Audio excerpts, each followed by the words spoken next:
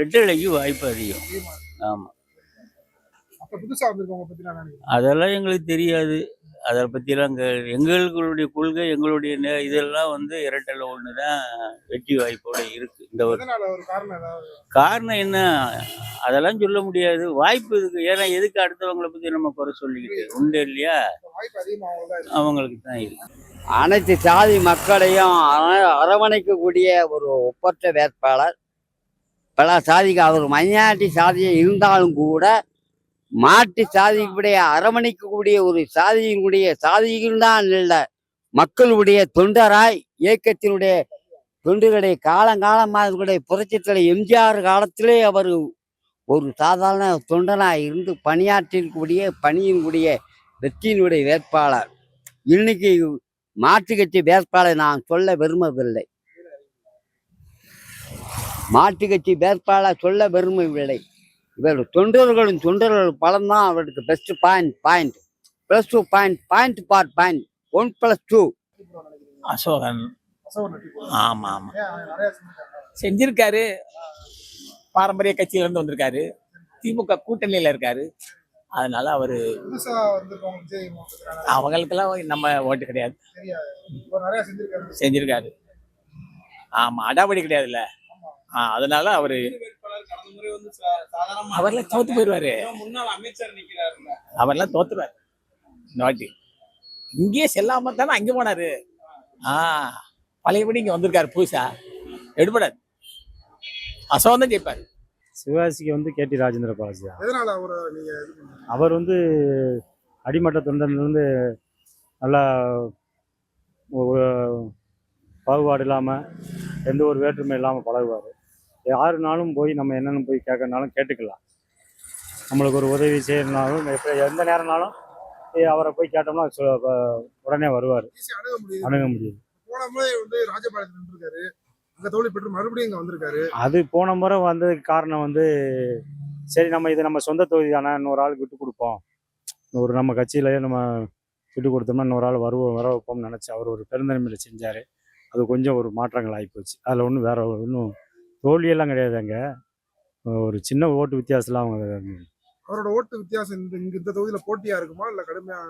ஓட்டம் கொஞ்சம் போட்டியாக இருக்கும், இருந்தாலும் அந்த போட்டியை சமாளித்து வந்துடுவார்.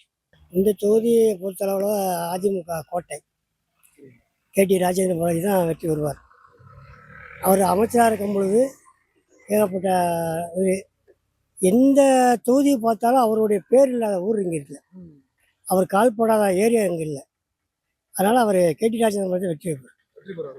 இப்போ புதுசாக வந்திருக்காங்கல்ல, அவங்கள பற்றி கருத்து என்ன நினைக்கிறீங்க?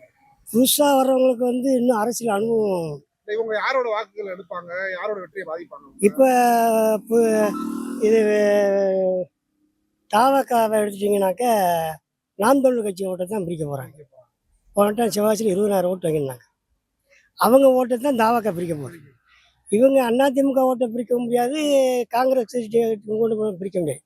அதெல்லாம் ஒரு கத்துக்குட்டிகள். பூத்துக்கு கூட ஆள் போடுறதுக்கு ஆள் கிடையாது.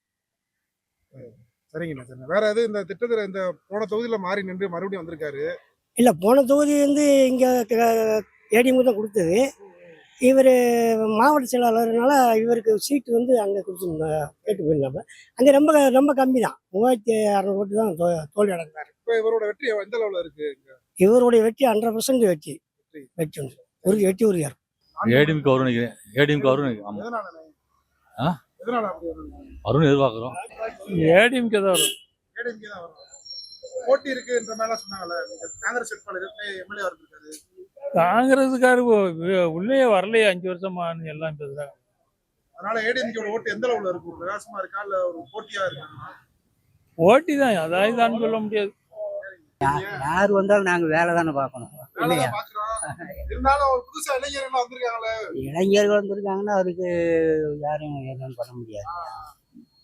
அதாவது மொத்தத்துக்கு முன்னாடி ஏடிஎம்கேல எம்எல்ஏ வருவாங்க போவாங்க. இப்போ 5 வருஷ காலமாக இவங்க யாருமே பார்த்ததே கிடையாது. ஆமாம், மக்களை யாரும் பார்க்கல. நம்ம என்ன சொல்ல போகிறோம், அவங்க சொல்லிட்டாங்கல்ல. அதேதான். அதிகமாக வாய்ப்பு இருக்குது நம்ம கேடி ராஜேந்திர பாலாஜி அவருக்கு தான். எம்எல்ஏ இருக்கிற பொறுத்து தயவு செய்து இந்த இடத்துல பேச வேண்டாம். கண்டிப்பான முறையில் ரெட்டலை வருது. எடப்பாடியார் ஆட்சி அமைக்கிறாரு. கன்ஃபார்ம் நாங்கள் பிஜேபிலையும் ஃபுல்லாக அங்கே தான் கூட்டணியில் இருக்கோம். வெற்றி நிச்சயம். ஓட்டு போடுவோம். ஏன்னா நாங்கள் இப்போ ஒரு ஒரு பொது ஒரு பொது இடத்துல இங்கே இருக்கிறோம். நாங்கள் எங்களுக்கு யார் வந்தாலும் எங்களுக்கு ஆதரவு வேணும். ஒரு சொல்றது புரியுதா? எல்லா சமுதாய மக்களும் நாங்கள் இருக்கோம், எல்லாம் ஒற்றுமையாக இங்கே இருக்கோம். ஆனாலும் எங்களுக்கு அவர் வந்தாலும் ஒன்று தான், இவர் வந்தாலும் ஒன்று தான். எங்களுக்கு 2 பேருமே எங்களுக்கு வேணும். அவருக்கு ஓட்டு போடுற ஆள் இருக்கும், இவருக்கு ஓட்டு போடுற ஆள் இருக்கும். 2 பேர் இருக்காங்கல்ல, நாம் தமிழர் இந்த மாதிரி அதுலயும் 1-2 பேர் இருக்காங்க, இல்லைன்னு சொல்ல முடியாது. அவங்களுக்கும் போட தங்கிவாங்க. எங்களுக்கு யார் வந்தாலும் சந்தோஷம். ஓகேவா? எங்களுடைய கருத்து அதுதான். 2 பேரும் யார் வந்தாலும் எங்களுக்கு ஒரு சந்தோஷம். இங்க யார் ஜெயிக்கிற மாதிரி இருக்கு இந்த மாதிரி? அது நாங்க சொல்ல முடியாது. அது வந்து இருக்கு. நாங்க 2 பேரும் யார் வந்தாலும் எங்களுக்கு சந்தோஷம். எங்களுக்கு காங்கிரஸ். காங்கிரஸ் அசோகன். சொல்லுவோம். எதனால அவர் சொல்றீங்க? அவர் இந்த வருஷம் நிறைய மேம்பாலம், நிறைய பணிகள் நிறைய செஞ்சு கொடுத்துருக்காரு. ஒரு மத்த வேட்பாளர் புதுசா விஜயலாம் வந்திருக்காருல்ல. விஜய் இப்பதான் அவர் புதுசா வந்திருக்காரு. அவர் களத்துல நிக்கல. களத்துல நின்னதுக்கு அப்புறம் தான் அவர் அறிமுகமே அவருக்கு தெரியும். இதுக்கு முன்னால அவருக்கு தெரியாது எதுவுமே இது வரைக்கும். இவர் இப்பதான் அறிமுகம் ஆகுறாரு. அறிமுகமானா எல்லாரும் வந்துடுறாங்க, எல்லாரும் வாராங்க. ஆனா ஓட்டு கணிசை அவருக்கு கிடையாது. ஓட்டுல கணிசை கிடையாது. அவரோட ஒரு ஜெயிப்பார்ன்ற மாதிரி இருக்கு. யாரு அது நம்ம சொல்ல முடியாது. ஆனா வின்னிங்கி ஒரு பிரகாசமா 2 பேத்துக்கு கேடிஆருக்கு ஒரு வின்னிங் இருக்கு. ஆனா அதிக இவர் கொஞ்சம் ஓட்டுனாலும் கொஞ்சம் முன்னிலையில இருக்காரு. நமக்கு விஜய் கன்ஃபார்ம். இந்த போட்டி யாருக்கு இருக்க மாதிரி கருத்து எல்லாத்தையும் அவரு சொல்லணும். அவரோட அதாவது ஏடிஎம்கே நிற்குது, காங்கிரஸும் நிற்குது. எல்லாமே நமக்கு விஜய்க்கு நல்லா ஒரு விஜய் சூஸ் பண்ண காரணம் என்ன? 2 கட்சி பிரதான கட்சியா இருக்கு. ஆமா, விஜய் வந்திருக்காரு. ஆமா. அவர் எந்த அளவு தாக்கத்தை ஏற்படுத்தும் நீங்க நினைக்கிறீங்க? அதாவது மக்களுக்கு நல்லா செய்யறேன்னு சொல்லியிருக்காரு. நல்லா வசதி எல்லாம் செய்யறேன்னு சொல்லியிருக்காரு. அதனால இந்த வட்டம் அவருக்கு வாய்ப்பு உண்டு. ஆமா. எந்த அளவுல அவரோட வெற்றி இருக்குங்க? வெற்றி ஒரு 100-150 சீட்டு வரலாம். இந்த தொகுதியில் கொஞ்சம் பரவாயில்லாம வரும். சேசி பொறுத்த வரைக்கும் பார்த்தீங்கன்னா இன்னும் டிவிக்கே இல்லைன்னா கேடிஆர், இந்த 2 ஏதாச்சும் ஒன்று. டிவிக்கேல இங்கே யார் நிறுத்தப்பட்டிருக்காங்க? இங்கே இதில் நம்ம சேசில் பார்த்தீங்கன்னா கிருத்தியானந்த் பண்ணுறாங்க. ஆமாம். இப்போ அவங்களுக்கும் கேடிஆர் உங்களுக்குலாம் போட்டி இருக்குன்னு சொல்றீங்க. ஆமாண்ணே. எந்த வாக்கு வித்தியாசத்தில் உங்களுக்குலாம் அதிகமாக இருக்காங்க நினைக்கிறீங்க? இப்போ நம்ம கேடிஆர் எடுத்துக்கிட்டாமே இப்போ ஒரு வருஷம் தான், அந்த எடப்பாடி 5 வருஷம் தான் வராமல் இருந்தார். கீர்த்தனாக்கா விஜய் சப்போர்ட் பண்ணுறாங்க. அவங்க வந்தால் கொஞ்சம் புது சப்போர்ட் கிடைக்கணும் எதிர்பார்க்குறாங்க. வாக்குகளை பிரிப்பாங்க அப்படின்றாங்க. யாரோட வாக்குகளை பிரிப்பாங்க? இந்த மாதிரிலாம் யாரோட வாக்கு பிரிப்பாங்க கேட்குறீங்களா? அது தெரியல. அது நம்ம தெரியல. முன்னாள் எம்எல்ஏ பற்றி என்ன நினைக்கிறீங்க? இங்கே இருந்து ஒரு என்ன நல்லா செஞ்சுருக்காரு. இப்போ மறுபடியும் அவர் வந்தால் கொஞ்சம் சப்போர்ட் கிடைக்கும். 2வது கீர்த்தனக்கா கொஞ்சம் அவங்க கொஞ்சம் சப்போர்ட் கிடைக்கும். நம்மளோட ஆதரவுனா கேடிஆர் தான். கேடிஆர் முதல் செஞ்சதுக்கு கேடி. இப்போ புதுசாக ஒன்று பிறக்கட்டும் அப்படின்னா டிவிக்கே தான். ராஜேந்திர பாலாஜி தான் வருவார். வேற எந்த மாற்று கருத்தும் கிடையாது. அவர் எந்த ஒரு சின்ன ஒரு விஷயம்னாலும் சரி முன்னால் நிற்பாரு. அவரை போய் நாங்கள் பார்த்துக்கலாம். என்ன, அவரை போய் நாங்கள் பார்த்துக்கலாம். பார்த்துச்சு நாங்கள் பேசணும்னா அவர் எங்களுக்கு நல்ல பதிலை கொடுப்பாரு. நல்ல ஒரு தன்மையான ஆள். அவ்வளோதான்.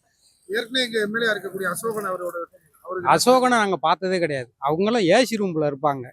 நாங்கள் பார்த்ததே கிடையாது. புதுசா இளைஞர்கள் தாவேக்கா இதெல்லாம் சொல்றாங்களே. இளைஞருக்கு எத்தனையோ இளைஞரெல்லாம் நாங்கள் பார்த்துட்டோம். இன்னைக்கு நேரத்து கட்சி நாங்கள் நடத்துனவங்க கிடையாது. எத்தனையோ இளைஞரை பார்த்துருக்கோம். இளைஞருக்கு ஓட்டு போட்டு எதுவுமே ஆகாது, புரசனப்படாது. என்ன இவருக்கு எப்படி இருக்கு? இளைஞர்கள் ஆதரவுலாம் இருக்குங்களா? யாருக்கு சொல்ற இருக்கு? இளைஞருக்கு ஆதரவு இல்லாம எல்லாம் கிடையாது. அவருக்கு என்னைக்கும் இருக்கு. டெய்லி 100 பேர் கட்சியில் சேர்ந்துக்கிட்டு தான் இருக்காங்க அவர் தலைமையில. இளைஞர்கள் ஒண்ணுமா வெற்றி வாய்ப்பு அதிகமா இருக்கு. ரொம்ப அதிகமா இருக்கு. இந்த தொகுதியில் கேடிஆர் தான். அவர் 10 வருஷம் மந்திரி அமைச்சராக இருந்திருக்காரு. இந்த தொகுதி நல்லா செஞ்சிருக்காரு. அதனால கேடிஆர் தான். அதெல்லாம் அதை விட இவர் தான் நல்லா செஞ்சிருக்காரு. அதனால இவரு தான் அதிக வாய்ப்பு இருக்கு. அது வாய்ப்பு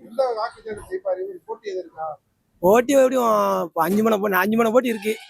ஆனா இருந்தாலும் அதிக ஓட்டுல கேடிஆர் ஜெயிப்பாரு. புதுசா விஜய் வந்திருக்காரு. ஏற்கனவே சிட்டிங் எம்எல்ஏ இந்த களத்துல இருக்காரு. கடந்த முறையே பார்த்தோம்னா கேடிஆர் ராஜபாளையம் தொகுதியில் தோத்துருக்காங்க. இப்போ இந்த தொகுதியில் எப்படி நிலவரம் மாறும்னு நினைக்கிறீங்களா? இந்த வட்டம் கேடிஆர் தான் அதிக வாய்ப்பு இருக்கு. அசோகனோட அதிக வாய்ப்பு தான் இருக்கு.